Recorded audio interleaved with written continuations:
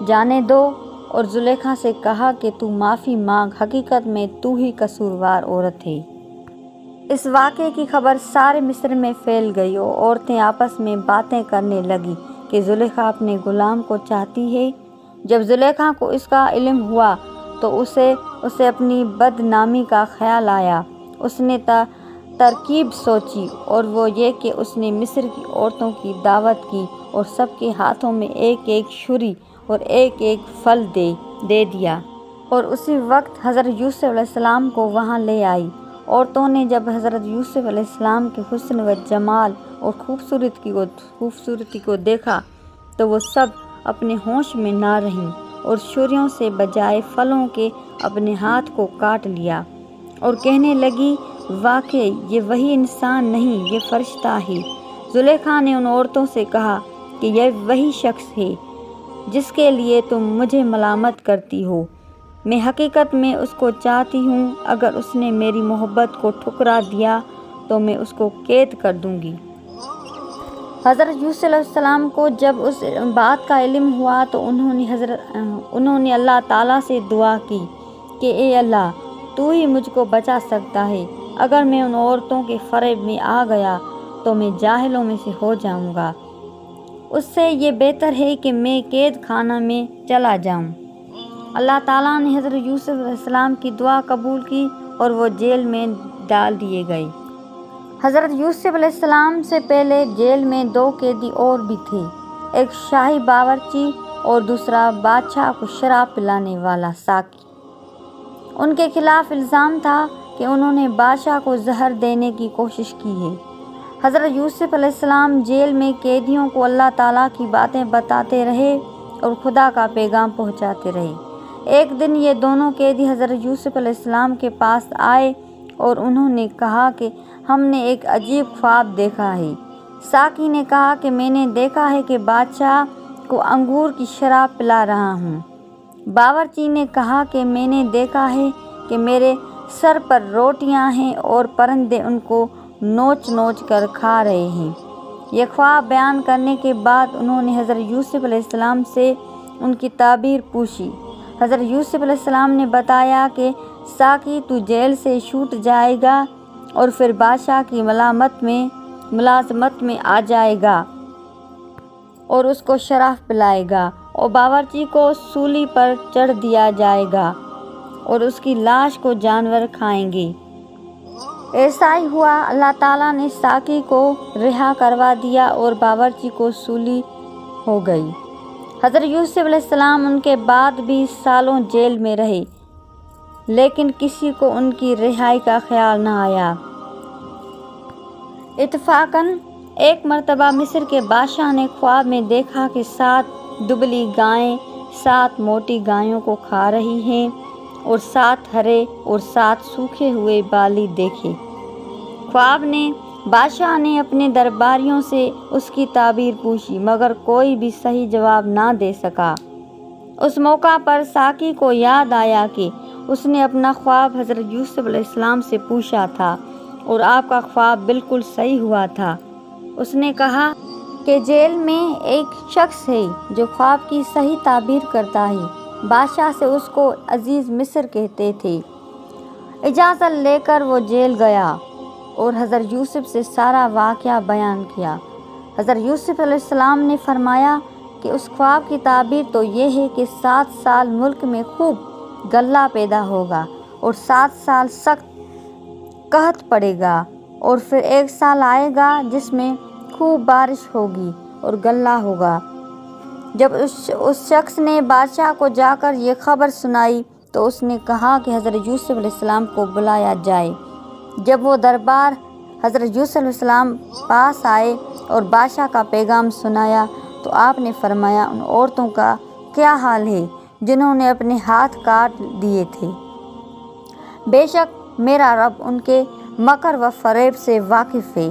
بادشاہ نے ان عورتوں کو بلا کر پوچھا تو انہوں نے کہا کہ ہم نے حضرت یوسف علیہ السلام میں کوئی برائی نہیں دیکھی۔ یہ دیکھ کر زلیخا بھی بولی کہ اب جب کہ حق ظاہر ہو گیا ہے، سچ بات یہ ہے کہ میں نے ہی حضرت یوسف علیہ السلام کو برگلایا اور وہ بالکل سچا تھا۔ حضرت یوسف علیہ السلام جیل سے رہا ہو گئے۔ بادشاہ نے حکم دیا کہ یوسف کو عزت کے ساتھ بلایا جائے، میں شاہی خدمت ان کے سپرد کروں گا۔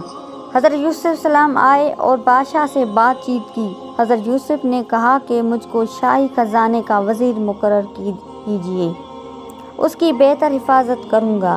بادشاہ نے منظور کیا اور انہیں شاہی خزانے کا وزیر مقرر کر دیا۔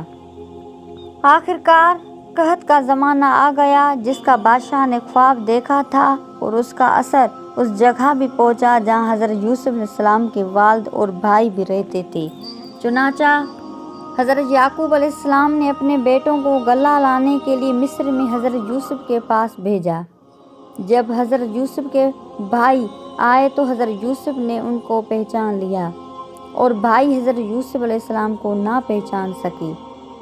حضرت یوسف علیہ السلام نے ان کو غلہ دیا اور کہا کہ اگلی دفعہ آؤ تو اپنے دوسرے بھائی کو بھی ساتھ لے کر آنا، ورنہ میں غلہ تم کو نہیں دوں گا۔ اور اپنی ملازم سے کہہ دیا کہ جو قیمت انہوں نے غلہ کی دی ہے وہ بھی چپکے سے ان کے سامان میں رکھ دو تاکہ وہ پھر مصر آئیں۔ جب یہ لوگ اپنے شہر کنعان پہنچے تو اپنے باپ حضرت یعقوب علیہ السلام سے کہا کہ ابا جان، اب کہ ہمارے ساتھ بھائی کو بھیجو، ورنہ ہم کو غلہ نہیں ملے گا اور ہم اس کی خوب حفاظت کریں گے۔ جب انہوں نے اپنے اسباب کھولے اور اس میں ساری رقم دیکھ کر بہت خوش ہوئے، پھر ابا سے کہا کہ دیکھیے، شاہ مصر نے ہماری رقم بھی واپس کر دی ہے، آپ ہمارے ساتھ بھائی کو ضرور دیں، ہم خوب حفاظت کریں گے اور ہم کو سامان بھی زیادہ ملے گا۔ حضرت یعقوب علیہ السلام نے کہا کہ جب تک تم اللہ کا عہد مجھ کو نہ دو کہ اس کی حفاظت کروں گا اور اس کو سب کے ساتھ رکھوں گا، اس وقت تک میں اس کو تمہارے ساتھ نہیں بھیجوں گا۔ آخرکار سب بھائیوں نے عہد کیا۔ حضرت یعقوب علیہ السلام نے ان کو نصیحت کی کہ تم سب ایک ایک دروازے سے داخل مت ہونا۔ آخر جب یہ سب علیحدہ علیحدہ دروازے سے داخل ہوئے تو حضرت یوسف علیہ السلام نے اپنے سگے بھائی بنیامین کو بتایا کہ میں تمہارے سگا بھائی ہوں اور میں تم کو اپنے پاس رکھوں گا۔ آخر جب ان سب کا سامان تیار ہو گیا تو حضرت یوسف علیہ السلام نے اپنا ایک برتن اپنے سگے بھائی کے سامان میں چپکے سے رکھ دیا، اور اعلان ہوا کہ شاہی کٹورا گم ہو گیا ہے، جس نے لیا ہے وہ دے دے، اس کو ایک اونٹ غلہ انعام میں دیا جائے گا۔ سب بھائیوں نے انکار کیا۔ بادشاہ کے آدمیوں نے کہا کہ جس کے سامان سے نکلے گا اس کو روکے رکھیں، اس کی یہی سزا ہے، ہمارے ملک کا بھی یہی قانون ہے۔ پھر تمام بھائیوں کی تلاش لی، آخر بنیامین کے سامان میں سے وہ کٹورا نکلا۔ اس طرح حضرت یوسف علیہ السلام نے اپنے بھائی بنیامین کو اپنے پاس روک لیا۔ بھائیوں نے دیکھا تو کہنے لگے اس کا بھائی بھی چور تھا۔ حضرت یوسف علیہ السلام نے سب کچھ سنا اور خاموش رہے۔ اب سب بھائیوں نے مل کر یوسف علیہ السلام سے درخواست کی کہ اس کا باپ بہت بوڑھا ہے، اس پر رحم کھا کر اسے چھوڑ دیجیے اور اس کی جگہ ہم میں سے کسی کو پکڑ لیجیے۔ حضرت یوسف علیہ السلام نے فرمایا، اللہ کی پناہ، جو چور کو چھوڑ کر بے گناہ کو پکڑوں۔ جب یہ لوگ بالکل مایوس ہو گئے تو سب نے مل کر مشورہ کیا کہ اب کیا کرنا چاہیے۔ تو سب سے بڑے نے کہا کہ تم نے اللہ کی قسم کھا کر اپنے باپ کو یقین دلایا تھا کہ اس کو ضرور واپس کروں گا، پھر یوسف کے ساتھ ہم نے جو حرکتیں کی وہ بھی تم سے چھپی نہیں، اس لیے میری تو ہمت نہیں کہ باپ کو منع دکھاؤں، یا خود حاضر ہونے کی اجازت دیں یا اللہ کوئی دوسری صورت پیدا کرے، اور بات ہے تم لوگ جاؤ اور جو کچھ ہوا ہے ٹھیک ٹھیک اپنے باپ سے بیان کر دو۔ اگر وہ اپنی تسلی کرنا چاہیں تو اسے گاؤں کے لوگوں سے پوچھ لیں کہ جہاں ہم ٹھہرے تھے، اور اس قافلے سے معلوم کر لیں جس کے ساتھ ہم آئے ہیں۔ اس مشورے کے بعد یہ لوگ پھر پہنچے اور والد صاحب کو تمام کے سب سنایا۔ انہوں نے سنتے ہی فرمایا، تمہارے دلوں نے یہ بات گھڑی ہے، بہرحال صبر اچھا ہے، امید ہے کہ اللہ سب کو ایک جگہ جمع کرے گا۔ وہی خوب جانتا ہے کہ یہ کیا ہو رہا ہے، اور ان سے دوسری طرف رخ کر لیا۔ حضرت یوسف علیہ السلام کے غم سے ان کی آنکھیں سفید ہو گئی تھی۔ یوسف کے بھائیوں نے کہا کہ ابا جان، آپ تو یوسف کو یاد کرتے ہوئے بے جان ہو جائیں گے۔